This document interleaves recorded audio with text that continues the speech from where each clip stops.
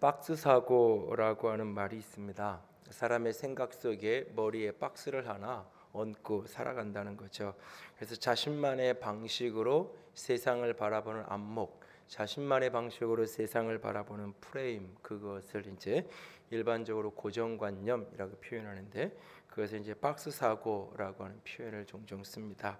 특별히 어떤 분야에서 한 번 성공을 경험해 봤던 사람은 그 성공의 방식을 계속해서 고집하게 되는, 그래서 어제에 성공했던 그 방식이 박스처럼 이사 한 사람의 사고를 가두고 있어서 내일 여러 가지 환경도 바뀌었고 대상도 바뀌었음에도 불구하고 동일한 사고와 동일한 패턴으로 일을 하다가 어제는 분명 성공했던 사람이 오늘 처절한 실패를 맛보게 되는 이유가 이 박스 사고에 사람이 갇혀 있기 때문이라고 표현을 합니다. 이 박스 사고에서 벗어나기 위해서는 생각하는 시간, thinking time이라고 표현하는 자신의 삶을 새로운 통찰로 바라보는 그런 시간을 꼭 가져야 한다라고 이야기합니다. 지난 주간에 퇴임했던 8년 동안의 대통령 기간을 마치고 퇴임했던 미국의 오바마 대통령이 이 8년 동안 자신을 지켜주었던 것 중에 하나가 있는데, 그것은 매일 저녁마다 잠자기 전에 1시간씩 했던 독서하는 시간, 매일 저녁마다 1시간씩 독서하는 시간이 나를 지킬 수 있었다라고 이야기합니다. 그렇게 갇혀 있는 공간 속에서 같은 일을 하면서 오래 있게 살다 보면 하나의 패턴과 생각 속에 갇히게 되는데, 그것을 빠져나오고 자신을 지킬 수 있었던 이유가 매일 1시간씩 그렇게 독서하는 시간이었다라고 말하는데, 어쩌면 그분에게는 바로 그 시간이 자신의 생각을 하고 박스 속에 갇히지 않도록 통찰력을 갖는 그런 시간들이었지 않나 생각을 합니다. 2017년 어제 일은 성공이라는 박스 속에 갇혀 있지 않은 우리가 되기를 원합니다. 새로운 시대의 새로운 도전 앞에서 그것을 뚫고 갈 수 있는 우리 모두가 될 수 있기를 원합니다. 우리의 생각을 가둬두는 박스처럼 성경은 우리의 영혼육을 가둬두는 그러한 박스, 그것을 견고한 진이라고 표현을 합니다. 고린도후서 10장 4절에 견고한 진이 있다라고 표현하는데, 이 견고한 진이라는 이 표현이 영어로 stronghold라고 표현을 할 때 이 단어를 이제 나눠 놓으면 아주 강하게 홀드 붙들고 있는, 그러니까 우리의 영과 때로는 마음과 육체를 어떤 외부의 강한 힘으로 우리를 묶어가지고 붙들어가지고 우리로 하여금 하나님 앞에서 진정 자유로운 삶, 축복의 삶을 살아가지 못하도록 막는 그런 어떤 견고한 진이 우리들에게 있다고, 이 견고한 진을 파하고 무너뜨려야 진정 자유한 구원으로 누리는 인생을 살아갈 수 있다라고 고린도후서 10장이 우리에게 권면하고 있는데요. 올해 이렇게 기회가 되는 대로 이 우리를 막고 있는 견고한 진의 실체들에 대해서 이런저런 시간들에 좀 나누기 원합니다. 우리의 삶을 자유하지 못하게 구원으로 온전히 누리지 못하게 막는 견고한 진 가운데 대표적인 것이 있다면 그것은 바로 우상 숭배의 모습입니다. 이번 주 토요일이 설 음력설인데요. 이 설이나 추석만 되면 교인들을 천천히 이끌고 이렇게 기도원에 올라가서 늘 집회를 하던 목사님이 계십니다. 그분에게 이렇게 물었던 적이 있어요. 명절마다 그렇게 집회를 하시는 이유가 무엇이냐고. 여러 가지 이야기를 하는데 그 중에 가장 핵심적인 이야기가 뭐냐면, 교인들이 명절마다 우상 숭배를 하는 것을 그냥 두고 볼 수 없었다고. 우상 숭배를 직접 하거나 아니면 우상 숭배하는 그 상황 속에 자신들의 삶을, 영혼을 그대로 노출시키면서 그렇게 우상 앞에 조상 제사를 통해 절하면서 제대로 된 믿음 생활을 하고 하나님의 축복 가운데 살아간다는 것은 불가능한 것 같아서 조금은 무리하고 이렇게 이해하지 못하는 경우도 많이 있음에도 불구하고 자신은 그렇게 한다고 이야기를 하시더라고요. 그 목사님의 목회 철학을 다 동의하거나 다 받아들이지는 않습니다. 그러나 그분 중심에 성도들이 어떻게 조금은 과해 보이면서까지도 성도들이 우상 앞에 절하지 않았으면 좋겠는, 성도들이 우상 숭배 앞에 노출되어지는 그런 시간을 좀 줄여보고 싶은 그런 어떤 열망, 그런 절실함이 느껴져서 어떤 부분에서 공감이 되었던 기억이 있습니다. 우상 숭배는 우리 스스로를 하나님의 축복으로부터 멀어지게 하는 행동입니다. 스스로의 삶을 어두움 속에 가둬놓는 게 바로 우상 숭배입니다. 우상 숭배를 끊어내지 못하면서 하나님 앞에 진정 자유하며 축복된 삶을 살아가기 원하는 것은 넌센스예요, 사실은. 오늘 함께 읽던 창세기 35장 본문은 성경 속에서 우상에 대한 문제를 가장 직접적으로 처음 등장하는 장면입니다. 물론 창세기 앞부분에 대해 몇 장면 우상 숭배에 대한 힌트를 주고 어떤 부분들을 암시하는 부분들은 분명히 존재합니다. 그러나 우상의 존재를 직접적으로 언급하는 첫 장면이에요. 믿음의 조상 아브라함의 손자였던 야곱, 이삭의 아들이었던 이 야곱의 가문에 우상이 존재하고 있는 거예요. 그리고 그들의 삶에 오늘 절체절명의 위기를 만나면서 그들이 그 우상 숭배를 끊어내고 우상을 버리고 다시 하나님께로 돌이켜서 하나님 안에서 회복을 누리는 장면이 바로 오늘 본문의 이야기입니다. 오늘 이 본문을 통해서 우상 숭배의 견고한 진을 무너뜨리려면 어떻게 해야 하는가 하는 부분들을 조금 더 나누기 원합니다. 첫 번째로 우상 숭배의 견고한 진을 무너뜨리고 파괴하려면 우상의 실제를 분별하고 그 우상을 버리는 것에서부터 시작해야 됩니다. 우상이 무엇인지 우상의 실제를 분별하고 우상의 실제가 분별되었다면 그 다음에 그 우상을 내어버리는, 그 우상에서 떠나는, 돌이키는 모습이 우리에게 필요합니다. 여러분들은 우상 숭배를 하고 있나요? 나에게 있는 우상은 무엇인가요?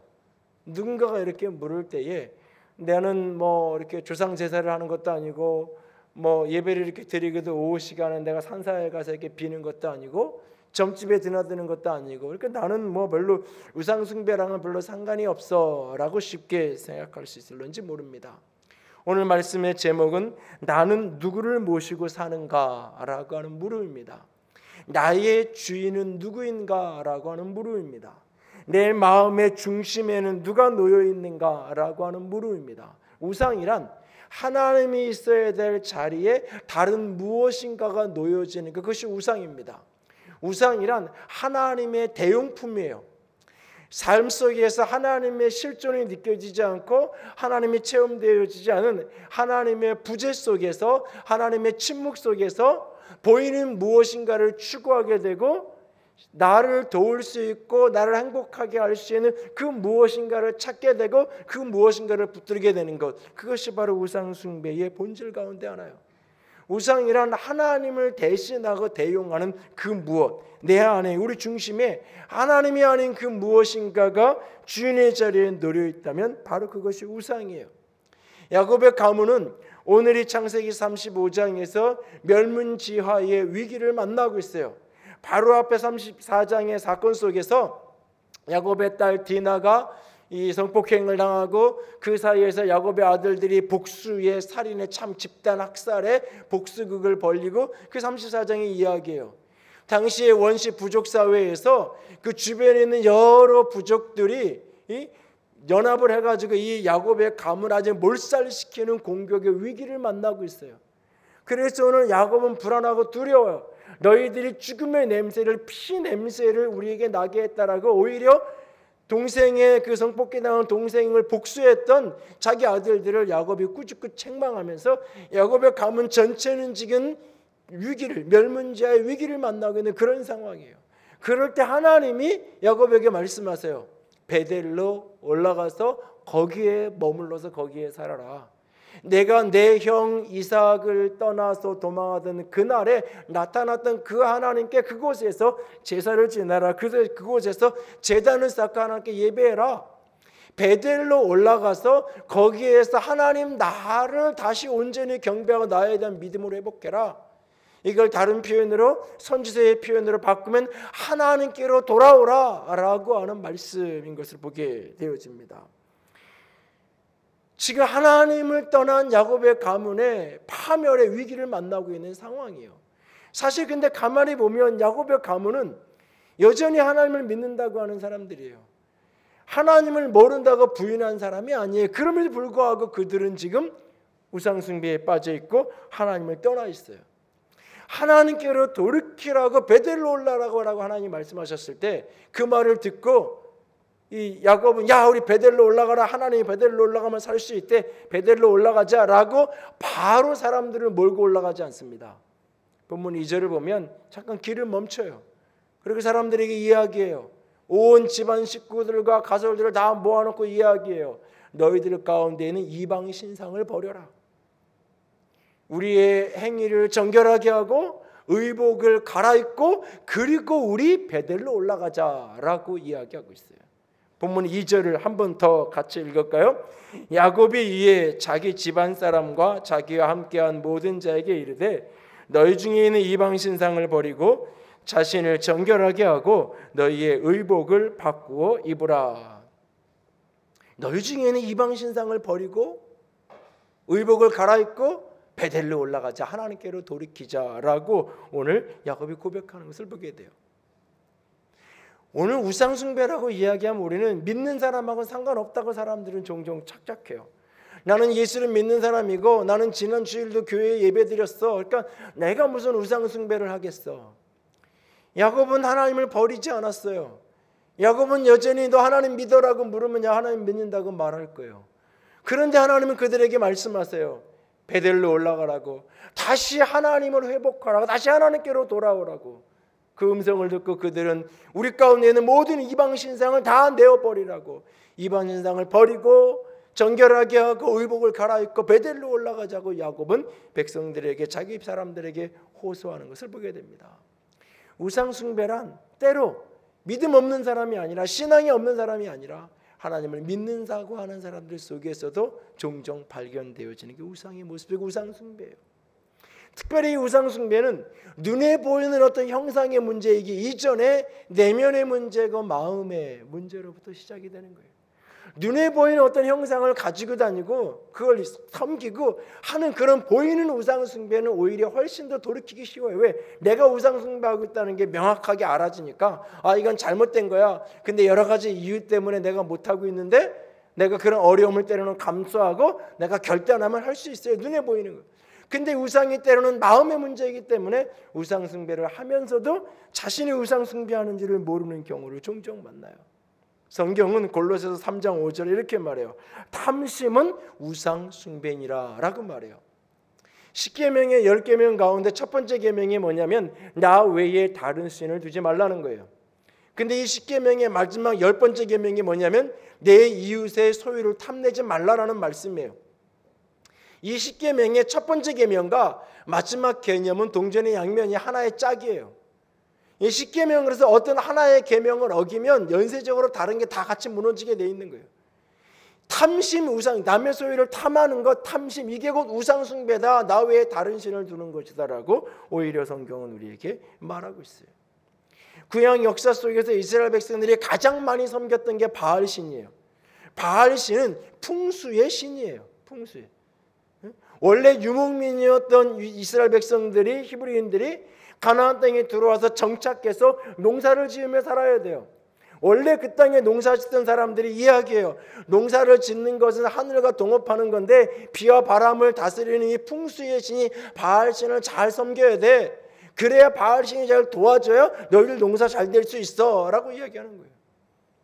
그래서 그들이 하나님을 믿는다고 하면서도 바알신을 섬기는 거예요. 그렇게 된 중심이 뭐예요? 풍요를, 그 풍요함을 우상으로, 물질의 부가 우상이 되어서 하나님은 나를 풍요하게 할 수 없는데 바알은 나를 풍요하게 할 수 있어. 바알은 나를 농사를 잘 짓게 할 수 있어. 그러니까 하나님을 믿는다 하면서 바알신을 섬기는 거예요. 그 중심의 내면에는 물질에 대한 탐욕, 물질에 대한 탐심이 그 중심에 자리 잡고 있는 거예요. 결국은 에스겔에서 20장 16절 같이 읽습니다. 그들이 마음으로 우상을 따라 나의 규례를 업신여기며 나의 율례를 행하지 아니하며 나의 안식일을 더럽혔습니다. 마음으로 우상을 따랐다라고 이야기하고 있어요. 이 우상 숭배의 문제의 핵심은 마음이에요. 내 마음의 중심의 자리, 주인의 자리에 누가 놓여 있느냐라고 하는 거예요. 청소년들이 아이돌을 좋아하고 아이돌 때문에 행복해하죠. 나이가 들면 아이들이 없어지나요? 사라지나요? 아니요. 어느 날부턴가 그 가수와 연예인들을 추구하던 게 돈을 쫓아다니기 시작하고 아이들의 성적표가 아이돌이 되고 권력과 명예가 아이돌이 되기도 해요. 그 모든 것을 다 가지면 더 이상 아이돌이 없을까요? 아니요, 이제는 건강이, 외모가 아이돌이 되어 살아가자. 아이돌이라는 말이 뭐예요? IDOL, 그게 우상이라는 뜻이잖아요. 그게 우상이잖아요. 내 마음속에 중심의 자리에, 주인의 자리에 나는 누구를 모시고 사는가? 누구 때문에, 무엇 때문에 진정 내가 행복해하고 슬퍼하고 기뻐하고 감격하는 그 중심에 누가 놓여 있는가? 나는 누구를 모시고 살고 있는가? 내 마음에 무엇이 놓여 있는가? 이 마음의 문제, 그것이 우상 숭배의 핵심 중에 하나예요. 더 나아가서 우상 숭배는 우리로 하여금 우상같이 돼버리게 만들어요. 우상을 섬기다 우상을 닮아가게, 우상같이 되게 하는 본질이 있어요. 시편 115편 8절 같이 읽습니다. 우상들을 만드는 자들과 그것을 의지하는 자들이 다 그와 같으리로다. 우상은 눈이 있어도 보지 못해요. 귀가 있어도 듣지 못해요. 입이 있어도 말하지 못해요. 우상 숭배를 하고 우상을 만들고 우상을 의지하는 사람은 그렇게 된다고 말하고 있어요. 귀가 있어도 듣지 못하고 눈이 있어도 보지 못해요. 물질에 눈이 멀면 가족도 안 보이고 사람 친구도 안 보이고 다 안 보이게 되는 거예요. 보면서도 보지 않아요. 세상의 쾌락에 눈이 멀기 시작하면 아무리 옆에서 친구가 겉면하고 누가 이야기해도 그 소리가 들리지 않아요. 내가 원하는 그 쾌락이 우상에 대해서 거기에 인생을 올인하게 되어 있는 거예요. 결국 우상을 추구하기 시작하면 내가 우상 같은 괴물과 같은 존재가 되어버리고 마는 거예요. 더 나아가서 우상 숭배는 하나님과 우상을 동시에 섬길 수 없다라는 딜레마를 갖고 있어요. 마태복음 6장 24절 다 같이 읽습니다. 한 사람이 두 주인을 섬기지 못할 것이니 혹 이를 미워하고 저를 사랑하거나 혹 이를 중히 여기고 저를 경히 여김이라. 너희가 하나님과 재물을 겸하여 섬기지 못하느니라. 하나님과 재물을 겸하여 섬기지 못하느니라. 여러분, 구약성경 역사서와 특별히 선지서를 곰곰이 읽어보세요. 하나님이 계속해서 하시는, 이스라엘을 향하여 하시는 말씀이 뭐냐면 우상 숭배하지 말라는 거예요. 우상을 깨고 우상을 버리고 돌아오라는, 모든 선지서의 메시지의 결론은 딱 한 문장이에요. 하나님께로 돌아오라. 근데 하나님이 그들에게 너희들 우상 숭배해서 그래서 너희들 내가 진노할 거야. 너희들이 우상 숭배한 것 때문에 너희들은 멸망할 거야, 망할 거야. 하나님이 그렇게 책망하시는 그날에 백성들은 뭐라고 얘기하냐면, 우리 가운데 성전이 있는데요, 우리 가운데 예배당이 있는데요, 성전에 하나님이 계신데 우리가 왜 망해요? 라고 이야기하고 있어요. 그들은 하나님께 예배한다고 해. 그들은 성전을 드나든다고 했고 그들 앞에 영광스러운 예루살렘의 성전이 있다고 그들이 생각하고 그렇게 믿었지만 하나님은 말씀하세요. 너희들은 나를 버렸다고, 너희들은 나를 떠났다고, 너희들은 우상 숭배에 깊이 빠져 있다고, 내게로 돌아오라고 주님께서 말씀하고 계세요. 왜냐하면 겉으로는 하나님을 섬기는 것처럼 하면서 속으로 다른 것을, 이 두 가지를 동시에 사람들은 붙들 수 있다고 생각하지만 하나님은 그렇지 않다고 이야기하고 있어요. 우상은 하나님의 대용품이에요. 보이는 형상이 문제 이전에 마음의 문제예요. 내 마음의 중심에 무엇이 있는가? 하나님이 놓여져 있어야 될 자리에 그 무엇인가 거기에 놓여 있다면 나는 지금 우상 숭배에 빠져 있는 거예요. 한국 그리스도인들이 포기하지 못하는 것 두 가지가 있다고 얘기하잖아요. 하나는 자식이고 하나는 부동산이고. 이 말은 우리에게 그리스도인이라고 말하면서도 우리에게 우상이 되어질 가능성이 많다는 거. 무엇이 자식이, 무엇이 부동산이. 오늘 그리스도인이 모여서 같이 나누는 교제 속에서도 예수님 때문에 기쁘고 내가 하나님과 만나고 하나님과 교통하는 은혜를 나누는 게 아니라 신앙 안에서 결단하고 믿음으로 살아가는 여정을 같이 나누고 공유하고 서로 격려하고 기도하는 것이 아니라 그리스도인이라고 모임조차도 온통 하는 이야기는 자식 이야기고 부동산 이야기가 전부라면 생각해 봐야 돼요. 진짜 내가 예수를 제대로 믿는 사람인가? 샘트 모임이라고 여성교회 모임이라고 모였는데 그 안에서 나누는 이야기가 같이 말씀을 나누고 하나님 앞에서 어떻게 이 세상 속에서 믿음의 삶을 살아갈지를 나누고 하나님의 은혜를 나누고 감동을 나누는 게 아니라 그 속에 온통 이야기는, 신앙의 이야기는 액세서리로 잠깐 그냥 지나가는 이야기인 거고 온통 이야기가 자식 이야기, 그리고 부동산 이야기가 전부라면 일어나서 기억나는 거는 어디 집 사라 그랬는데 어디가 오른다 그랬는데 이게 기억나는 게 전부라면 생각해 봐야 돼요. 진짜 내가 믿음으로 살아가고 있는 사람인가? 아닌가? 그것이 내게 하나님을 믿는다 하는 내 마음의 중심에, 생각의 중심에, 삶의 중심에 우상이 되어 놓여 있을 수 있다는 거예요. 나의 우상이 무엇인지를 분별하고 그 우상의 실체를 분별하고 그 우상을 버리는 축복이 있기를 원합니다. 내 삶의 우상이 무엇인지, 나는 무엇을 모시고 살아가는지 스스로에게 자문해 보십시오. 그리고 두 번째로 이 우상 숭배를 넘어서기 위해서는 하나님의 하나님 되심을 온전히 붙들어야 합니다. 우상을 없애는 걸로 끝나는 것이 아니라 다시 하나님의 자리를 회복해야 돼요. 우상 숭배는 하나님이 놓여야 될 내 삶의 중심의 자리에 다른 무엇인가가 놓여지는 거예요. 이 주인의 자리에 있는 그 무엇인가를 분별해서 그것을 내가 끌어내렸으면, 그것을 버렸으면 다시 그 자리에 하나님을 회복하고 올려두어야 돼요. 그래서 오늘 하나님이 야곱에게 하나님께로 돌아오라고 얘기하는 거예요. 단지 우상을 버리는 게 핵심이 아니라 우상을 없애고 하나님께로 나아오라고. 그래서 나에게 새롭게 제단을 쌓으라고 이야기합니다. 야곱이 가솔들을 이끌고 베델로 올라갑니다. 그곳에서 하나님께 제단을 쌓아드립니다. 그리고 그는 그곳 이름을 엘베델이라고 이름 짓게 됩니다. 그리고 엘베델이라고 불려진 그곳에 하나님의 영광으로 다시 한번 야곱에게 임재하세요. 그리고 하나님은 자기 자신을 나는 전능한 하나님이다 라고 소개해요. 여기 두 하나님의 모습 두 가지가 오늘 본문 속에 등장해요. 하나는 엘베델의 하나님이에요. 엘베델, 이 엘이라는 히브리어 단어가 이게 한국말로 요즘에 이제 하영이 하은이 이름자체 하자를 많이 넣는데 엘이라는 단어가 하나님이라는 단어예요. 그래서 벳이라는 단어는 이게 집, 그래서 베델 하나님의 집, 베들레헴, 그래서 이 들레헴이 떡, 그래서 떡집, 이 떡방앗간이 있는 동네, 그게 이제 베들레헴인데 이 베자가 집이에요. 베델 하나님의 집. 야곱에게 하나님이 하나님의 집으로 오라는 거예요. 누구를 만나러? 하나님을 만나러. 거기를 갔더니 그곳에서 하나님을 만났어요. 베델의 하나님.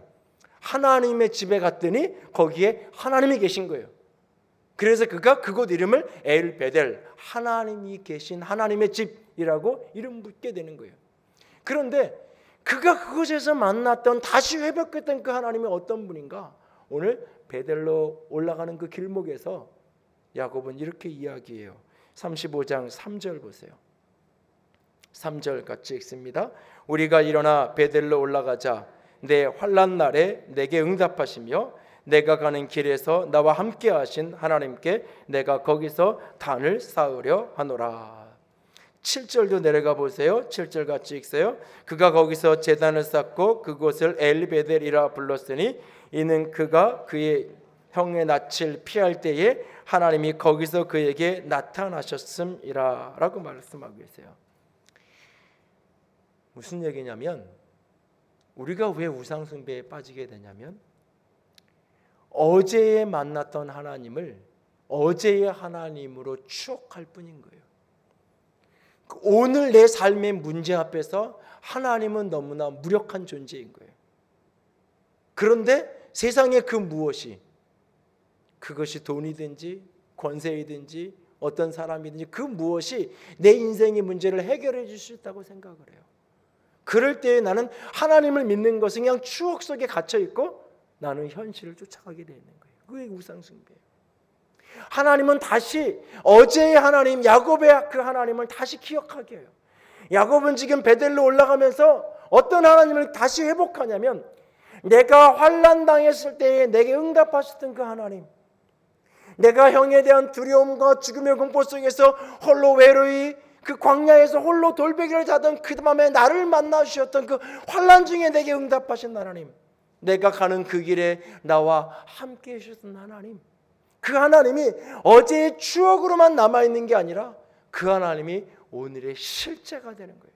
그러면 우상을 이기게 돼 있어요. 시편 106편 19절 21절도 같이 보세요. 같이 읽습니다. 그들이 호렙에서 송아지를 만들고 부어 만든 우상을 경배하여 자기 영광을 풀먹는 소의 형상으로 바꾸었도다. 애굽에서 큰 일을 행하신 그의 구원자 하나님을 그들이 잊었나니.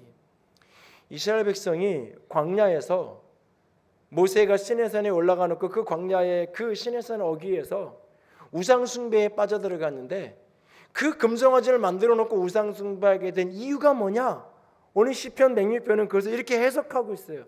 그들이 우상 숭배에 빠져서 자기의 영광을 소의 그 풀먹는 소의 형상으로 바꾸어오는 이유가 뭐냐? 그들이 애굽에서 큰 일을 행하신 그의 구원자 하나님을 잊었기 때문이다. 이게요, 기억하지 못한다는 의미가 아니에요. 기억 회로에서 하나님이 그런 분이셨어라는 기억력이 없으셨다는 의미가 아니에요. 그냥 그 하나님은 그때의 하나님일 뿐인 거예요. 애굽에서 바로의 손에서 우리를 건져주신 하나님, 그때는 그렇게 하신 하나님이에요. 광야에서 우리를 도와주시고 만나와 맺자고자 하기로 우리를 먹이신 그 하나님, 그때의 하나님일 뿐이에요. 홍해를 건너게 하신 하나님, 그때의 하나님일 뿐이에요. 근데 지금 시내산 앞에서 모세가 내려오자는 이 순간 하나님은 나의 하나님이 아닌 거예요.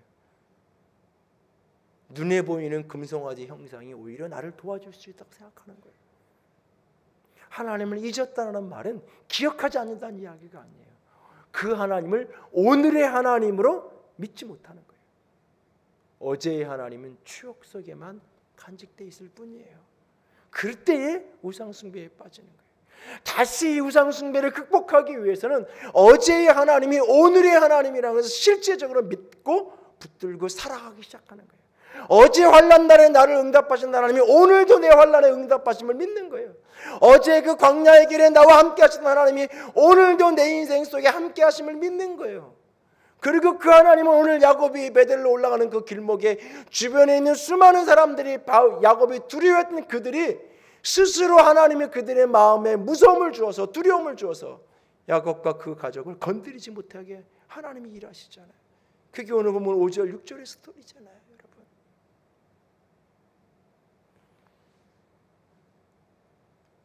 지난주에 등록 신방을 하면서 하안동 단톡필지에 있는 한 가정을 신방하는데 그 집을 이렇게 올라가는데 20여 년 전에 하안동에서 개척을 해서 그 30평 지하에서 이렇게 예배를 드리다가 교인들이 조금 늘어서 아이들을 교육하는데 공간이 부족해서 그 바로 앞에 있는 치킨집 하던 지하를 20평, 30평인가 또 얻어가지고 거기를 뭐 500만 원에 24만 원인가 월세를 주고 임대를 해서 쓰던 바로 그 건물 2층에 이렇게 신방을 이렇게 등록 신방을 가면서 보니까 지금은 캄캄하게 뭐 창고처럼 그냥 쓰더라고요. 그때 생각이 나더라고요. 그냥 뭐 비 오고 뭐 이런 날이 아니어도 그냥 이렇게 거뭇거뭇한 곰팡이 이렇게 쓸어 있는 게 여기저기 눈에 들어오고 그랬었는데 뭔정신으로 그때 거기서 밥을 먹고 애들을 교육한다고 하고 멀쩡한 아파트에 살면서 그런 교회를 찾아서 와서 애기 얻고 와서 예배드리고 여기 몇 사람 그때 찾아왔던 사람들 눈에 보이는데 뭔정신으로 그때 그랬는지 하여튼간 근데 하나님이 그때도 도우시고 일하시고 역사하셨는데 그냥 그때 일하셨지. 아니요, 그 하나님이 지금도 제가 종로 쪽에 나갈 기회가 있으면 그 사직공원 뒤쪽에 지금은 없어졌는데 옛날에 한옥을 이렇게 내부만 개조해서 이렇게 로데미 집이라고 도심 속에 작은 기도하는 공간을 온누리교회에서 운영했던 적이 있어요. 오래전에 그곳을 이렇게 갔을 때 거기는 딱 조건이 하나예요. 여기 있는 동안 일체의 말을 하면 안 돼요. 그리고 모든 것은 자유예요. 비용도 뭐 돈도 내도 되고 안 내도 되고 들어가자마자 시간 한 10시간 이상 그냥 잔 것 같아요. 자고 그 식사 시간만 되면 식사 종만 한번 줄래요. 먹고 싶으면 먹으면 되고 먹기 싫으면 안 먹어도 되고 실컷 자고 밥 먹으려니까 가서 밥 먹고 또 자고 그렇게 며칠을 보냈던 기억이 있어요. 지쳐가지고 힘들어서 근데 거기에서 그 둘째 날 저녁인가 딱 하나 프로그램인데 그게 뭐냐면 성찬식 한 번을 해요. 성찬식도 제대로 된 성찬식 잔을 나누는 것도 아니에요. 알파 주만 수양에 가미한 성찬식 하듯이 그렇게 빵을 찢어서 그냥 그 대접에 있는 그 포도주에 찍어서 나누는, 내 생애 가장 강력한 성찬 속에서 하나님의 임재를 경험했던 순간, 하나님이 나의 힘이 되어주시고 도움이 되어주시고 내가 내 등 대서 내가 너를 품고 걸어갈 거라고 말씀해 주셨다. 그것이 그때의 추억으로만, 그때의 기억으로만 남아있는 채 오늘 때로는 버겁고 때로는 고단한 어떤 일을 만날 때 그 하나님은 추억 속에만 있을 뿐이고, 오늘 나는 또 다른 무엇인가로 찾아다니고 또 다른 무엇인가 나를 위로해 줄 것을 붙들고 있다면 그것이 내게 우상이 되는 거예요. 오늘 우상 숭배로부터 벗어나고 이 우상 숭배의 견고한 진을 깨기 위해서는 어제의 하나님을 오늘의 하나님으로 다시 기억하는 거예요. 나를 만나주시고 나를 구원하시고 나를 살리셨던 그 하나님, 환난 속에서 나를 만나주셨던 응답하셨던 그 하나님, 내 인생의 광야길에서 나와 동행하시고 함께 걸어주셨던 그 하나님을 다시 기억하고 다시 바라보기 시작하는 거예요. 엘 베델의 하나님, 그것이 우상 숭배를 끊어내게 하는 비밀이에요. 그리고 또 하나, 그 하나님은 나는 전능한 하나님이라고 말해요. 이 전능한 하나님의 히브리어 표현으로 엘 샤다이라고 하는 표현이에요. 엘 샤다이, 전능한 하나님이라고 그분이 자신을 우리 가운데 소개해 주고 계세요. 본문 11절에 하나님은 나는 전능한 하나님이라 라고 말해요. 그러면서 야곱을 향한 내일의 비전을 말씀하세요. 내가 너로 하여금 내가 한 민족을 이루게 할 거고 큰 백성의 총회가 나올 거, 너에게서 많은 왕들이 나올 것이고 내 아버지 이삭, 내 할아버지 아브라함의 약속한 그 땅을 내가 다 너에게 줄 거고, 하나님은 놀라운 내일에 대한 비전을 야곱에게 이야기하세요. 그러면서 나는 전능한 하나님, 엘샤다이 하나님이라고. 그런데 여러분, 지금 이 순간 야곱은 미래가 필요 없어요. 뭐 이 땅을 얻는 거 필요 없어요. 내 자손들이 왕이나 그거 지금 상관할 거 아니에요. 지금 내게 필요한 것은 내 처자식이 지금 죽지 않는 거예요. 지금 이 상황 속에서 지금 주변에 있는 많은 부족들에게 몰살을 당할 수 있는 이 위기 앞에서 그냥 이 위기만 모면, 이것조차 지금 모면하는, 오늘을 생존하는 것조차 버거운 순간이에요. 그런데 그 하나님은 자신을 엘샤다의 전능자라고 말씀하시면서 야곱에 대한 놀라운, 그의 자손들을 향한 놀라운 내일의 비전을 하나님께서 꿈꾸게 하시며 그것을 말씀하고 계세요. 내일의 하나님을 오늘의 하나님으로 경험하고 바라보게 하시는 거예요. 엘샤다의 전능자. 여러분, 성경에서 이 나는 전능한 하나님이라고 예수님 하나님이 자신을 소개했던 첫 번째 장면이 어떤 장면이에요? 창세기 17장이에요. 아브라함이 99세가 된 그날, 하나님이 자식 준다 그랬고 하나님이 땅 준다 그랬어요. 그 축복의 약속 믿고 믿음의 여정을 떠났어요. 20년 세월이 흘렀어요. 여전히 나는 자식이었고 여전히 나는 내 아내가 죽어도 내 아내를 장사 지낼 수 있는 산 하나 땅 하나 제대로 마련하지 못한 사람이에요. 하나님의 약속하시기 약속 붙들고 여기까지 왔는데 20여 년이 지났지만 하나님의 약속은 여전히 공수표처럼 남아있을 뿐이에요. 그날 하나님이 다시 찾아오셔서 내가 너에게 아들 주겠다라고 말씀하세요. 내 이름을 아브라함에서 아브라함으로, 내 아내 사례를 사라로, 열국의 아비 열국의 어미로 이름을 바꾸라고 말씀하세요. 도대체 하나님 20여 년 동안 아무것도 하지 않으시고 무슨 이런 소리를 하서나 어이가 없어서 웃음이 나올 뿐이에요. 그 이야기를 문 바깥에서 장막 바깥에서 엿들고 있던 사라도 어이가 없어서 웃어요. 내 나이가 지금 몇 살인데 무슨 아이를 낳는다고? 무슨 아이를 낳는다고? 응? 신방을 하면서 이렇게 그 아이를 하나 낳으라고 뭐 이런 얘기를 농담 반 진담만 했더니 집이 없어서요 그러더라고요. 집에 있으면서 무슨 이게 집 없다는 소리가 무슨 소린가 하는 이해가 안 돼가지고, 멀쩡한 아파트에 살면서 무슨 집이 없다 그러나 곰곰이 생각해 보니까 자궁 수술을 해서 아기 집이 없는 사람인데 내가 그 사람한테 그런 얘기를 했다고 그랬으니까 집이 없어서 조금 한 템포 늦게 나중에 이해가 돼서 말을 돌렸는데, 아브라함과 지금 사라가 어떤 의미에서 그런 모습이에요. 나이 99세가 돼서 남자로서 여자로서의 어떤 관계도 하지 못하는 그런 상황이에요. 근데 하나님이 아들을 낳을 거라고 말씀하시고 그를 큰 민족을 이루겠다고 말씀하세요. 그 이야기를 듣는데 어이가 없어요.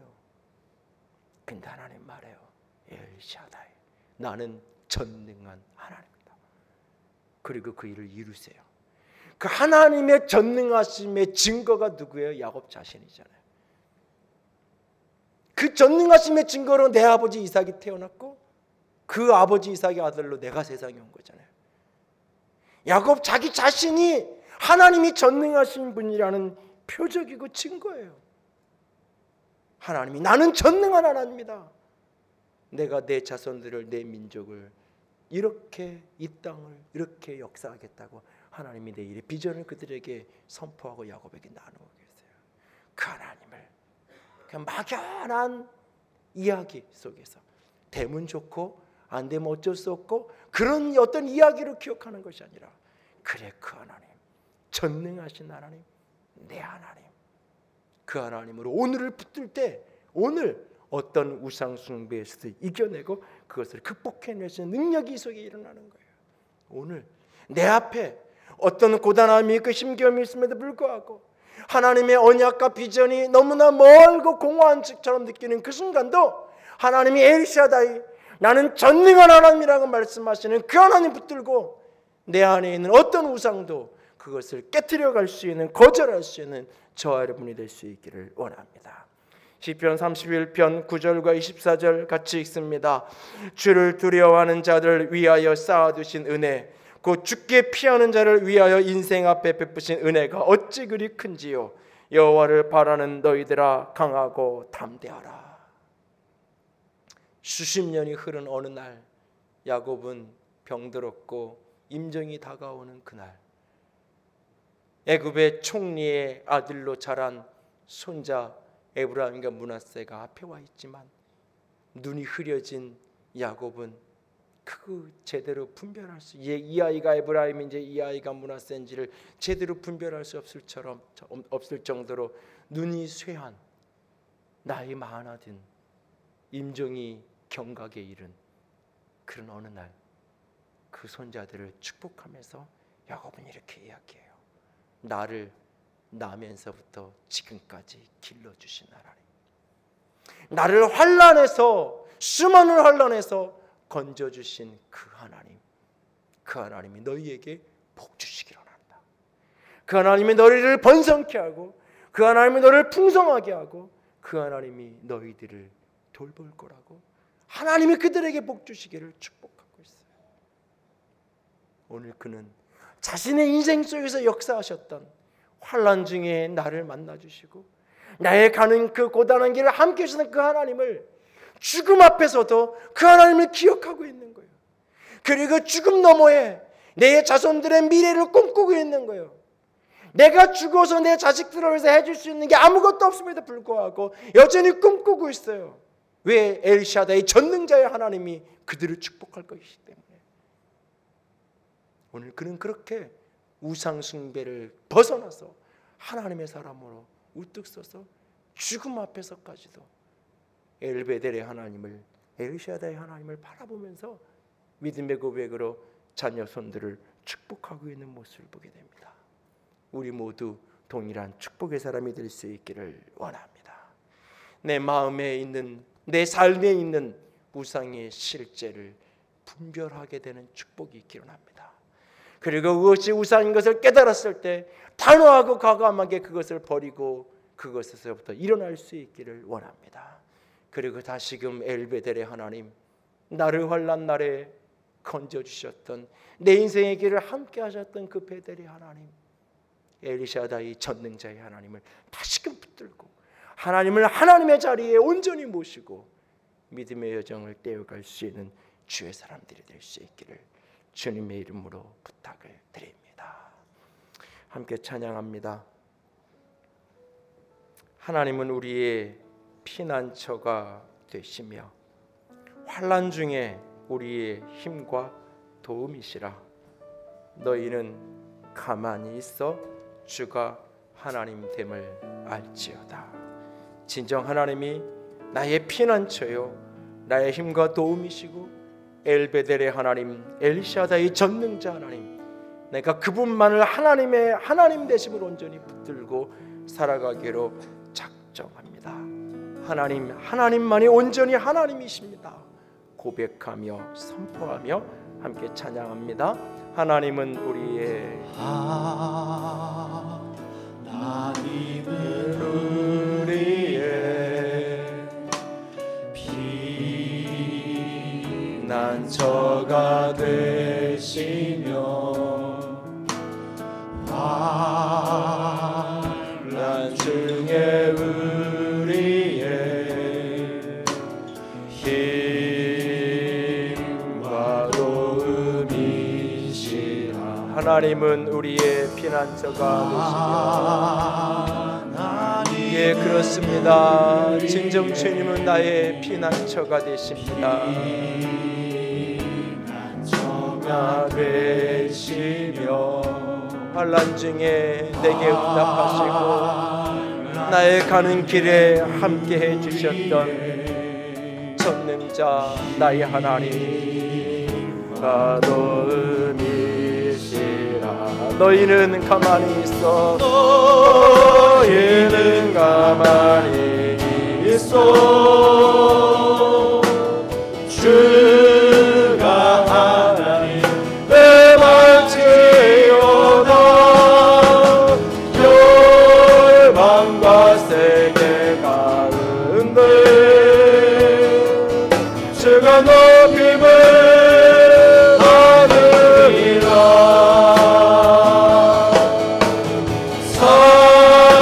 사랑합니다 내 아버지. 찬양합니다 내 원망 다하여. 선포합니다 예수 그리스도 주님 오심을 기다리며. 이 시간 같이 기도합니다. 여러분 내면에 내 삶에 나의 아이돌, 나의 우상 그것이 무엇인가요? 그것이 분별되게 해달라고 기도합시다. 그리고 그것을 과감하게 버릴 수 있게 해달라고 기도합시다. 아니 하나님이 하나님의 자리에 온전히 놓여지기 원한다고. 내 가정의 주인이 내 삶의 주인이 오직 하나님 당신이시라고. 엘베델의 하나님, 엘샤다의 전능자의 하나님이 오직 나의 하나님이라고. 하나님 당신만이 나의 유일한 하나님이시라고 고백하며 선포하며 기도합니다. 같이 기도합니다. 영광이 하나님, 사랑이 하나님, 주님만을 찬양합니다. 영광과 소망과 사랑 가운데, 거룩한 빛과 아름다움 가운데, 거룩한 생명의 소망 가운데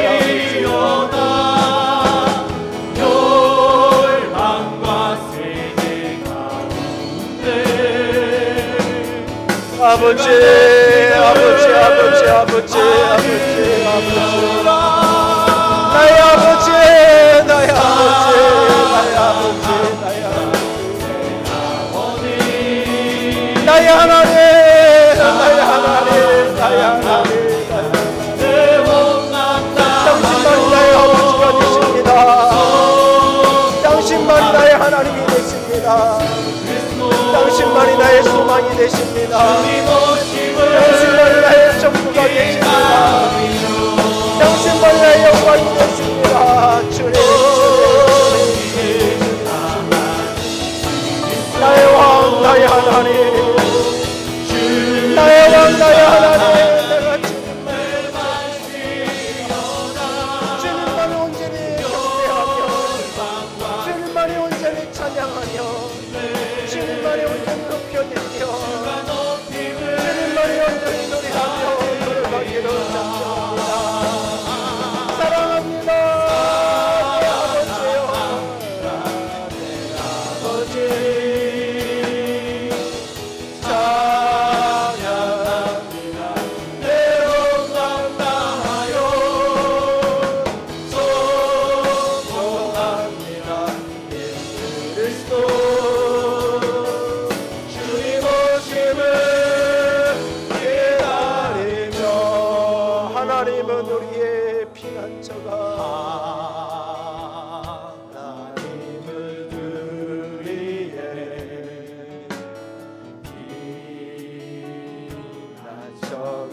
되시며 환난 중에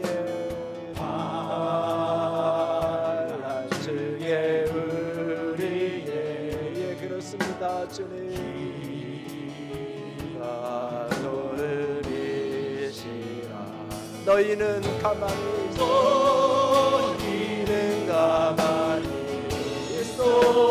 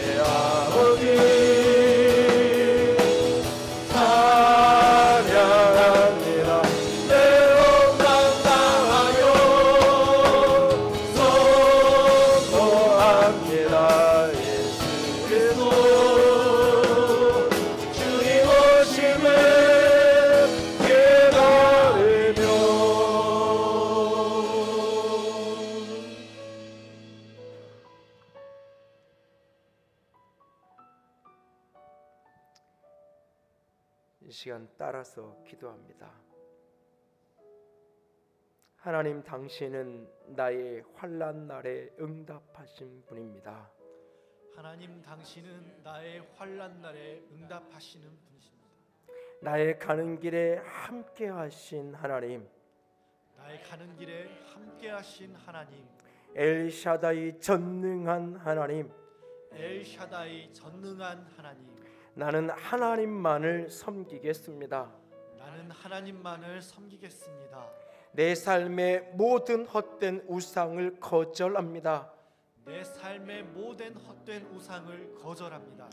하나님만이 나의 하나님이십니다. 하나님만이 나의 하나님이십니다. 영광의 하나님, 사랑의 하나님, 엘샤다이, 엘베델의 하나님, 당신만이 나의 하나님이십니다.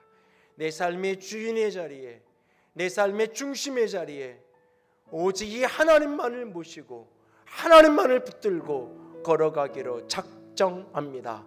내 삶의 모든 우상을 내려놓습니다. 모든 우상을 거절합니다. 주님, 주님만이 나의 하나님이 되어 주시옵소서. 주 예수 그리스도의 명하는 이 모든 우상의 결박은 깨어질지어다. 하나님, 당신의 영광으로, 생명으로 온전히 덮어 주시옵소서. 나의 힘과 나의 도움이신 나의 하나님, 주님만을 찬양합니다. 주님만을 경배합니다. 주님만을 사랑합니다. 우리 주님 예수님 이름으로 기도드렸습니다. 아멘.